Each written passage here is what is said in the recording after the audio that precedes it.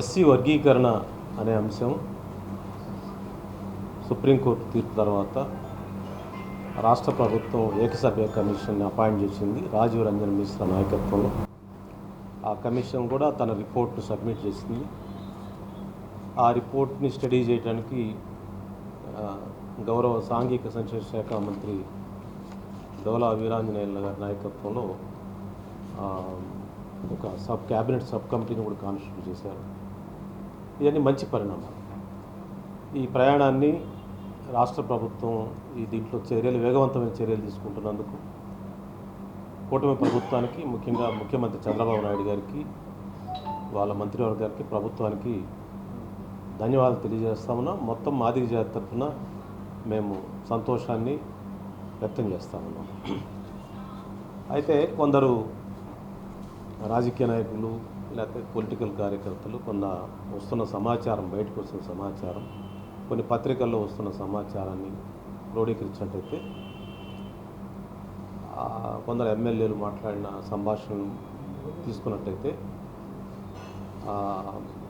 జిల్లాని ప్రాతిపదికగా కూడా తీసుకోవాలని ఒక ఆలోచన వ్యక్తం అవుతుంది. జిల్లాని ప్రాతిపదికగా తీసుకుంటే కొన్ని రాజ్యాంగ సంక్షోభం, రాజ్యాంగ సమస్యలు అడ్డంకి అవుతాయనేది ప్రభుత్వ దృష్టికి తీసుకురావాలని మీ ప్రెస్ ద్వారా ప్రభుత్వానికి తెలియజేయాలని మేము ఆల్రెడీ రాజీవ్ రంజన్ మిశ్రాకి ఈ రాజ్యాంగంగా వచ్చే ఇబ్బందులు ఏంటి, ఆర్టికల్ 371D అని ఒకటి ఉంది. ఆ 371Dలో ఈ ఎంప్లాయ్మెంటు, ఎడ్యుకేషన్ ఇన్స్టిట్యూషన్లో ఎలా అడ్మిషన్స్ చేస్తారు, ఏ విధంగా చేయాలనేది ఒక పార్లమెంటు చట్టం, మన స్టేట్ అసెంబ్లీ చట్టాలు ఇవన్నీ ఉన్నాయి. వీటికి విరుద్ధంగా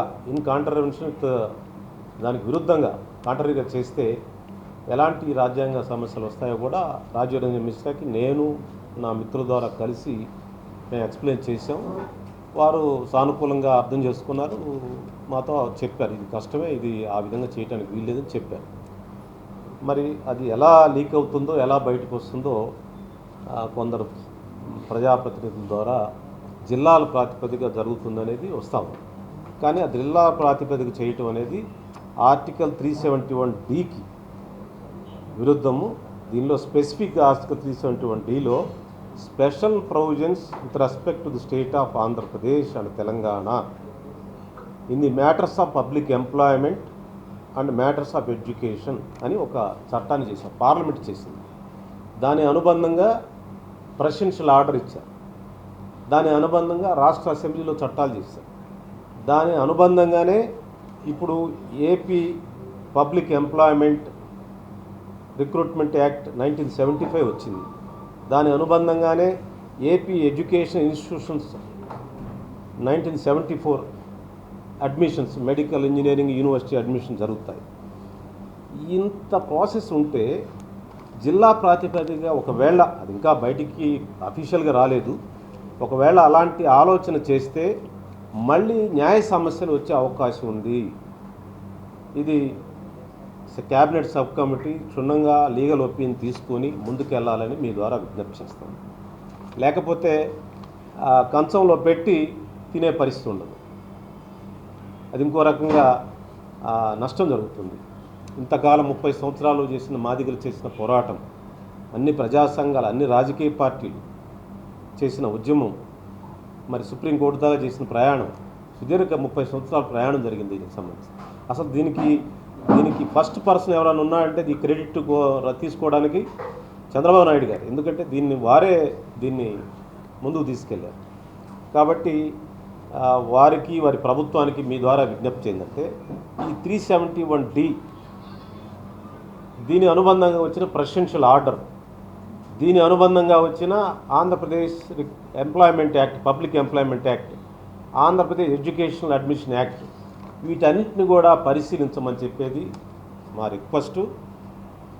దీనిలో మీరు ఎలాంటి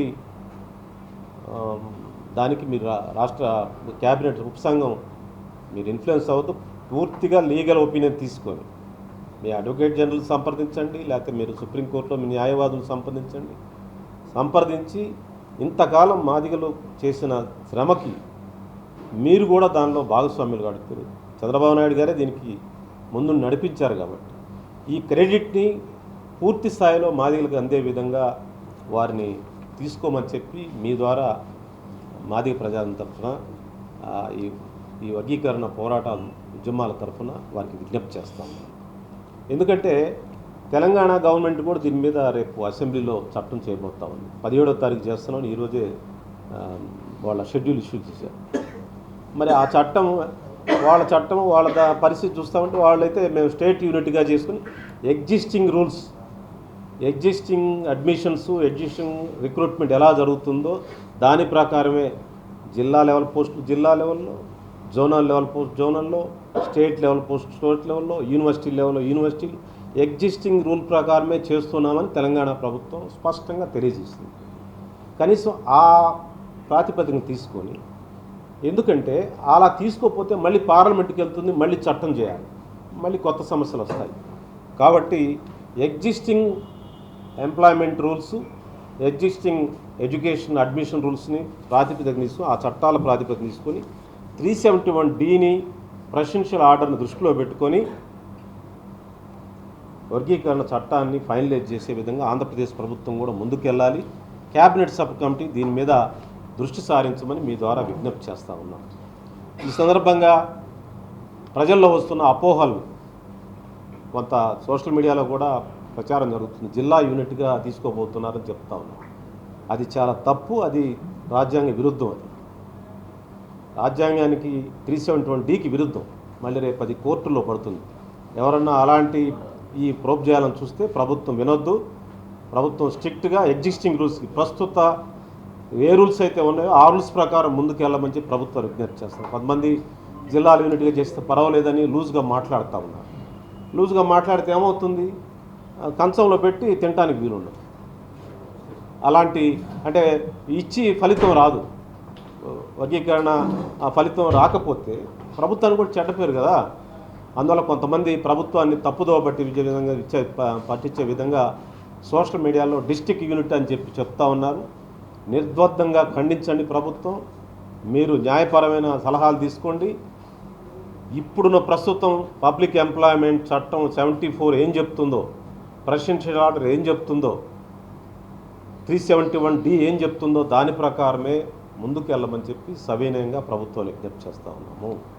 విద్యారంగంలో కూడా ప్రస్తుతం ఏ అడ్మిషన్ రూల్స్ ఉన్నాయో, ఏది 371Dలో అడ్మిట్ అయిందో 371Dలో క్లియర్గా ఉందన్నమాట.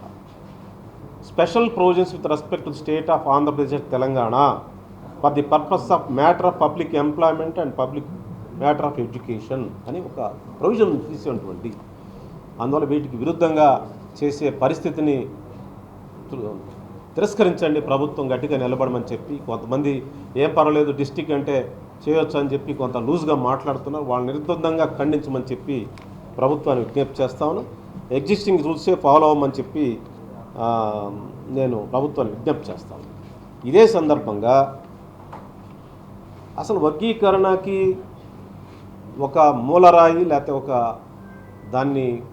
దానికి ప్రాణం, దానికి ఏదైనా పొలిటికల్గా క్లెయిమ్ చేసుకునే అవకాశం ఉంటే చంద్రబాబు నాయుడు గారు మొదటి వ్యక్తి. బీజేపీ ఉంది దాంట్లో, మన పవన్ కళ్యాణ్ గారు ఉన్నారు, కూటమి ప్రభుత్వమే దానికి ఉంది.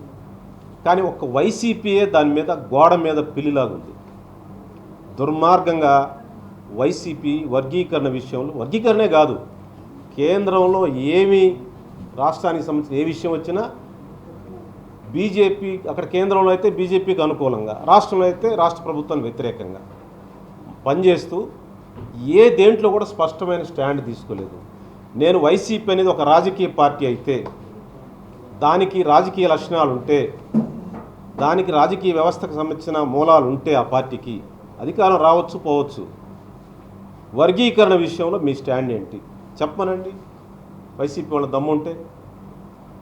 నేను నా మీద మాట్లాడాడు కదా మన కనకారావు, పాప మాట్లాడితే మాట్లాడాడు. ఆయనకన్నా పదవి వస్తే పర్వాలేదు, నా సంతోషిస్తాను. కనీసం ఆయన స్పష్టంగా ఆయన వేదిక మీద నన్ను తిట్టడానికైతే ముందుకు వచ్చాడు కదా, అతను పంపించాడు కదా సకల శాఖ, అదేవిధంగా ఆంధ్ర శశికళ ఏదో పదవి ఇస్తాడని ఆశపడి అతను తాగుబోతోడు తిట్టినట్టుగా నన్ను తిట్టాడు, అసభ్యంగా తిట్టాడు. తిట్టాడు, నేను భరిస్తాను నీకోసం, ఎందుకంటే నువ్వు చాటి కులపోడి, ఒక నీకు పదవి వస్తే నేను సంతోషిస్తాను. నీకన్నా పదవి ఏమను వర్గీకరణ గురించి నువ్వు మాట్లాడ దమ్ముంటే నువ్వేదో ఎంఆర్పిఎస్ నాయకుడు అంటున్నావు కదా, నీకు నిజంగా చీము నెత్తురుంటే, నీకు నిజంగా మాదిగల పట్ల ప్రేమ ఉంటే నువ్వు నీ పార్టీని ఒప్పించి నువ్వు మాట్లాడు. లేకపోతే మీ నాయకులంతా పార్టీలో ఉన్న మాదిగ నాయకులంతా వైసీపీలో ఉన్న మాదిగ నాయకులు ప్రెస్ మీట్ పెట్టండి చూద్దాం, ఎవరికి జగన్ ఒప్పించండి చూద్దాం. నేను శభాష్ అంట పత్రికాముఖంగా. మీ పార్టీ దళిత వ్యతిరేక పార్టీ, మీ పార్టీ దళిత క్షేమానికి వ్యతిరేకము. అన్ని గోడ మీద పిల్లి దళితుల్ని బజారు పాలు చేశారు, దళిత సంక్షేమాన్ని గాలికి వదిలేరు, విద్యా వ్యవస్థను గాలికి వదిలేరు, ఎస్సీ కార్పొరేషన్ని గాలికి వదిలేరు, నిర్వీర్యం చేశారు, మొత్తం ఎస్సీల భవిష్యత్తును నిర్వీర్యం చేశారు. మీకు దమ్ముంటే, మీకు నిజంగా దళితుల పట్ల ప్రేమ ఉంటే, ముఖ్యంగా కనకారావుకి మాదిగల పట్ల మాదిగల చీము నెత్తురు అతనిలో ఉంటే వర్గీకరణ మేము మాట్లాడడం నన్ను తిట్టడానికి ముందుకు వస్తావేంటాయి బాబు. ఏమని చెప్పి ఆ శశికళను పదవి ఏమని నీకు ఏమని చూద్దాం, నీకు ఇన్ఛార్జ్ చేయమని చెప్పు సంతనతల పాటు దమ్ముంటే. అందువల్ల ఒక్క వైసీపీ పార్టీ తప్పితే రాష్ట్రంలో బీజేపీ అంటే మోడీ గారి నాయకత్వంలో కేంద్రం, బీజేపీ జాతీయ పార్టీ, మన పవన్ కళ్యాణ్ గారు, చంద్రబాబు గారు అయితే దీనికి ఆద్యుడైన వారందరికీ విజ్ఞప్తి చేస్తా ఉన్నాను. 371Dని దృష్టిలో పెట్టుకొని వర్గీకరణ కార్యక్రమాన్ని ముందుకెళ్ళ తీసుకెళ్ళమని చెప్పి త్వరలో అసెంబ్లీలో చట్టం చేయమని చెప్పి వారికి విజ్ఞప్తి చేస్తూ ఉన్నాను.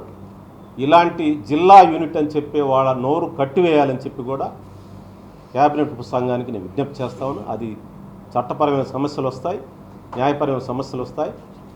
వైసీపీ పార్టీ రాజకీయంగా దివాళాకోరు పార్టీ, ఒక స్టాండ్ లేని పార్టీ, ఒక రాజకీయ అంశం పట్ల నిజాయితీగా మాట్లాడలేని పార్టీ. మీకు దమ్ముంటే వర్గీకరణ మీద కనకారావు కానీ ఇతర మాదిగ నాయకులు కానీ మాట్లాడమని చెప్పి నేను విజ్ఞప్తి చేస్తాను. నేను మాట్లాడే కదా, నేను ఒక మాదిగ నాయకుడిగా నేను మాట్లాడాను. నువ్వు కూడా మాదిగ నాయకుడు అయితే వర్గీకరణ మేము మాట్లాడు నీ పార్టీ ప్లాట్ఫామ్ మీద. నన్ను తిడితే తిట్టావు, నాకేం భవిష్యత్తు కావాలా కనకారావు? నువ్వు పిచ్చోళ్ళగా ఉన్నావు. నేను ఉమ్మడి రాష్ట్రాన్ని మంత్రిగా చేశా, ఉమ్మడి రాష్ట్రాన్ని వేయలే నేను. మొత్తం రాష్ట్రంలో అసలు నేను చేయని పని నీకే సేవ చేశాను. నేను ఈ రాష్ట్రంలో ఎవరికైనా ఉపయోగపడ్డానంటే నీకే ఉపయోగపడ్డా. నువ్వు చీటింగ్ కేసులు ఇరుక్కుంటే నేను బయట వేసా. నువ్వు హాస్పిటల్లో బైపాస్ సర్జరీ అయితే నేను నిన్ను ఆదుకున్నా. నువ్వు మాట్లాడతావేంది? నువ్వు ఆ శశికళ చెప్తే మాత్రం అంత దుర్మార్గంగా మాట్లాడతావా? నువ్వు వ్యక్తిగతంగా మాట్లాడతావా? శశికళ చెప్తే నేను ఎవరికన్నా ఈ రాష్ట్రంలో మేలు చేశానంటే ఆ మేలు నీకే చేశాను నేను. ఎందుకంటే నువ్వు బైపాస్ అయ్యి నీ దగ్గర పైసా డబ్బులు లేకపోతే నేను ఆదుకుని నేను హాస్పిటల్తో మాట్లాడి నీకు ఆపరేషన్ చేయించాను. నువ్వు చీటింగ్ కేసులు ఇరుక్కుంటే మీ గ్రామస్తులంతా నీ మీద రిపోర్ట్ ఇస్తే నీ చుట్టుపక్కలంతా పోలీసులు పెట్టి ఎంక్వైరీ చేస్తే నేను పోలీసులతో మాట్లాడి ఆ డిఎస్పీని పిలిపించుకొని మాట్లాడి నీకు సహాయం చేశాను. నువ్వు ఆ విషయం కక్కేది నా మీద ఉండాలి. దమ్ము ఉంటే నీకు వర్గీకరణ మేము మాట్లాడు. నీకు నన్ను తిడితే తిట్టావు సంతోషం, నీకు పదవి రావాలి. నాకు నన్ను తిడితే నీకు పదవి వస్తుంటే ఎంతైనా తిట్టు చూద్దాం. నాకు పదవి ఇచ్చేది ఏందా? నువ్వు ఇచ్చేది ఏంది? ఇంకెవరు ఇచ్చేది ఏందా? నా కెపాసిటీ ఉంటే నాకు వస్తుంది. లేకపోతే మానుకుంటా, రాజకీయాలు మానుకుంటా. ఏమైంది నాకు అర్థంగా? నేను ఏం చేయాలో అది చేసే. నేను 25 సంవత్సరాల నుంచి రాజకీయాల్లో ఉన్నా, మచ్చలేని మనిషిని నేను. కావాలంటే చూసుకున్న జీవితాన్ని, ప్రైవేట్ జీవితాన్ని ఎంక్వైరీ చేసుకో. నువ్వే ఆ పిచ్చోడు ఆ శశికళ అతనికి ఏం పని లేదు, ఒకరి మీద ఒకరి విద్వేషాలు రెచ్చగొట్టడం అతను మాట్లాంటారు మీరు. మాదిగలకు అన్యాయం చేస్తాడు శశికళ దళిత వ్యతిరేకి. గుర్తుపెట్టుకోండి, మీరు పార్టీలో మాట్లాడుకోండి. మీకు దమ్ముంటే నీకు వర్గీకరణ మేము మాట్లాడు చూద్దాం. నీకు సేవ చేస్తే నేను ఎవరికి ఏదన్నా మాదిగలకు ఉపయోగపడితే ఫస్ట్ పర్సన్ నువ్వే లెక్కేసుకోవాలి. నేను ఎందుకు ఇలా మాట్లాడుతున్నానంటే ఇన్ని సంవత్సరాలు నా రాజకీయ జీవితంలో మోసగించబడింది జగన్ చేతులు. చీట్ చేశాడు జగన్ నన్ను చీట్ చేసినట్టుగా ప్రపంచంలో ఎవరిని చేయలేదు. ఏదైనా జగన్ చీటింగ్లో దెబ్బడినట్టు నేనే. నాలాగా ఎవరిని చీట్ చేయొద్దు జగను. నాలాగా కనకారావుని కూడా చీట్ చేయబోక పాపం, వాడికి ఏం లేదు, దిక్కులేని మొండా కూడా. ఏదో మాట్లాడమంటే మీకు నన్ను తిట్టమంటే తిడుతున్నాడు. కానీ వాడికన్నా సాయం చేయండి, ఆ సంతలో ఇన్ఛార్జ్ చేయండి, అతనికన్నా సాయం చేయండి. ఇంకెవరికైనా ఉన్న వాళ్ళకి పాపం ఆ శైలజనాథ్ వాళ్ళందరినీ చీట్ చేయబాకండి. వాళ్ళందరినీ చేర్చుకున్నారు. పార్టీలు మారుతున్నారు, మీరు మారేవాళ్ళని మీరు ఎందుకు చేర్చుకుంటున్నారు? మీరు చేర్చుకోబాగా ఇప్పుడు ఒక తీర్మానం చేయండి, మీ పార్టీ దమ్ముంటే మీకు నా మీద నన్ను చూసి ఓటేస్తారని నీకు దమ్ముంటే మీ పార్టీ తీర్మానం ఇక్కడ నుంచి ఏ పార్టీ వాళ్ళని చేర్చుకోమని అని చెప్పండి, మీరు చూద్దాం. దయచేసి నేను చెప్పేది ఏంటంటే నన్ను చీట్ చేశాడు జగన్, నన్ను చీట్ చేసినట్టుగా పాపం కనకారావుని, శైలజనాథ్ని, ఆ ఉన్న సురేష్ని వాళ్ళని చీట్ చేయబాకండి. వాళ్ళకన్నా న్యాయం చేయండి. నన్ను తిట్టేచ్చాడు, నాకేం అభ్యంతరం 10 తీర్చుకుంటా, నేను నా వాళ్ళు బాగుపడ్డారు అనుకుంటాను. అవును, టెస్ట్ పెట్టారు నాకు. ఎస్ అది ఒక్కరి ముందు 5 మంది ఉన్నారు, అదే సీక్రెట్ జరిగింది కాదు. అంటే దానికి చెప్పాలంటే నా ఫోన్ ట్యాప్ చేశారు. నా ఫోన్ ట్యాప్లో నేను ఎవరితోనో మాట్లాడాను, దాంట్లో ఏం కాన్వర్సేషన్ లేదు. ఇగో నీకు సాయం చేయమని చెప్పారు, నువ్వేదో ఆపదలోనో సాయం చేయమంటే సాయం చేద్దామని అని చెప్పి చేద్దామలే అనుకున్నాను, అంతే. అతనికి వచ్చి ఎందుకు మాట్లాడావని అన్నారు. మా పరిచయాలు ఉన్నాయండి అన్నాను. అని అంటే నువ్వు ఇప్పుడు పని చేయాలి, నువ్వు ఇంత చేయాలి, ఇలా చేస్తేనే నీకు పదవి అన్నారు. నేను చేయలేనని చెప్పి ఆ పెద్ద మనుషులు కూడా చెప్పారు, ఆయన చేత కాదండి, మైక్ ఇస్తే మాట్లాడతాడు కానీ గాంధీవాది, ఆయన తిట్టలేడని చెప్పారు. సరే అది అయిపోయిన తర్వాత నాకు మళ్ళీ ఇన్ఛార్జ్ తాడికొండ వేశారు. తాడికొండ వేసి అది ఉంచారా, మళ్ళీ పాపం ఇంకెవరికి ఇచ్చారు, అతను ఉంచారా, మళ్ళీ నాకు ఇస్తా ఉన్నారు. మళ్ళీ 3వసారి నాకు ఇస్తాను, 4 సార్లు నాకు ఇచ్చి తీసేసాను. సరే చేస్తే చేసావు, కనీసం రాజకీయ నాయకుడికి అపాయింట్మెంట్ ఇవ్వలేని పార్టీ అదేం పార్టీ అండి? నాకు అర్థం కాదు. అపాయింట్మెంట్ నోచుకోలేని పార్టీలో పనిచేయాలని మీరు ఎవరైనా నాకు అర్థం కాదు. ఎవరైనా ఏ రాజకీయ నాయకుడైనా పదవులు వస్తాయి పోతూ ఉంటాయి, ఏమి కనీసం అపాయింట్మెంట్ ఇచ్చి మాట్లాడలేని రాజకీయ నాయకులతో మాట్లాడే జీవితం, రాజకీయ వ్యవస్థ అంతకంటే దుర్మార్గం ఏమైనా ఉంటుందా? ఆ పార్టీలో ఉండాలన్నా మేము? ఇప్పుడు అధికారం పోయిన తర్వాత అన్న ఫోటో దిగుతారా, పోయేవాడిని పిలుస్తున్నాడు ఫోటో దిగమని, అన్న ఫోటో దిగుతున్నాను. అందువల్ల నేను ఇప్పటికేం చెప్తాను, నన్ను చీట్ చేసినట్టుగా నన్ను మీరు ఆహ్వానిస్తే నేను వచ్చాను, మీరు నన్ను ట్రాప్ చేసి పిలిచారయ్యా. ఇప్పుడు అది ట్రాప్ అవుతుంది, మీరు ఫుల్ఫిల్ మీరు ఏదైతే చెప్పారో అది చేయలేదు కాబట్టి మీరు నన్ను మోసం చేసినట్టు అవుతుంది. మీరు పిలిస్తే నేను వచ్చాను, నేను ఎవరి దగ్గరికి వెళ్ళా. శశికళకి చెప్పు, నేను ఎవరితో వెళ్ళి అడిగాను, ప్రమాణం చేయమని వాడు ఒక్కడే కొడుకున్నాడు అతనికి, ఆ కొడుకు మీరు ప్రమాణం చేయమని చెప్పండి శశికళని. నన్ను వాళ్ళు అడిగారా, నేను వాళ్ళని అడిగానా, ఆహ్వానించారా? ఎవరైనా సరే ఉన్న పెద్దలు, నాతో మాట్లాడే పెద్దలు ఎవరైనా సరే, నేను అడిగానా, వాళ్ళు నన్ను అడిగి ఆహ్వానించారా? ప్రమాణం చేసి చెప్పాలండి. అందువల్ల నన్ను చీట్ చేశారు, నాకు పోయింది, మంత్రిగా చేశాను, నేను చేయాల్సిన పదవులన్నీ చేశాను. ఒక ఎస్సీగా, ఒక ఆర్థికంగా పేదవాడిని ఎంతో దూరం వచ్చా, నాకేం అవసరం లేదు. ఇప్పుడున్న వాడి కనకారావున్న చీట్ చేయబాకండి, పాపం అతనికి ఇన్ఛార్జ్ ఇవ్వండి చూద్దాం. అది విధానాలు లేవు దానికి, అది ఒక పార్టీ, రాజకీయ పార్టీ కదా, ఒక గుంపు అది అంతే. ఇట్ ఈస్ ఎ మ్యాడ్ గుంపు అది, that is not a political party, it's a mad గుంపు. నేను తెలియక ఒక బలహీన క్షణాల్లో పడ్డా అంతే. చీట్ చేశారు నన్ను, పిలిచారు, వాళ్ళే పిలిచారు, వారే ఆహ్వానించారు. ఇప్పుడు నేను వచ్చానని చెబుతున్నారు, చూడండి ఎంత దుర్మార్గం. ప్రమాణం ఒకడే కొడుకు, అతను శశికళకు ఒక్కడే కొడుకు, ప్రమాణం చేయమని చూద్దాం. నాకు 3 పిల్లలు ఉన్నారు, నేను ప్రమాణం చేస్తాను. లేక జగన్మోహన్ రెడ్డి బైబిల్ అంటాడు కదా, బైబిల్ మీద ప్రమాణం చేయమండి, నేను వెంకటేశ్వర స్వామి మీద ప్రమాణం చేస్తాను. ఆహ్వానించి మోసగిస్తారా, చీట్ చేస్తారా? ఆ చీటింగ్ పాపం ఇప్పుడున్న వాళ్ళన్నా మోసం చేయబాకండి, ఆ పాపం వాళ్ళకన్నా న్యాయం చేయండి. ఈ వీడియో నచ్చితే లైక్ చేయండి. అలాగే మా ఛానల్ ని ఫస్ట్ టైం కనుక చూస్తున్నట్టయితే ఇప్పుడే సబ్స్క్రైబ్ చేసుకుని పక్కనే ఉన్న గంట సింబల్ ని యాక్టివేట్ చేసుకోండి. అప్పుడే మేము పెట్టే ప్రతి వీడియో మీకు నోటిఫికేషన్ గా వస్తుంది. అలాగే ఈ వీడియో పూర్తిగా చూసినందుకు ధన్యవాదాలు.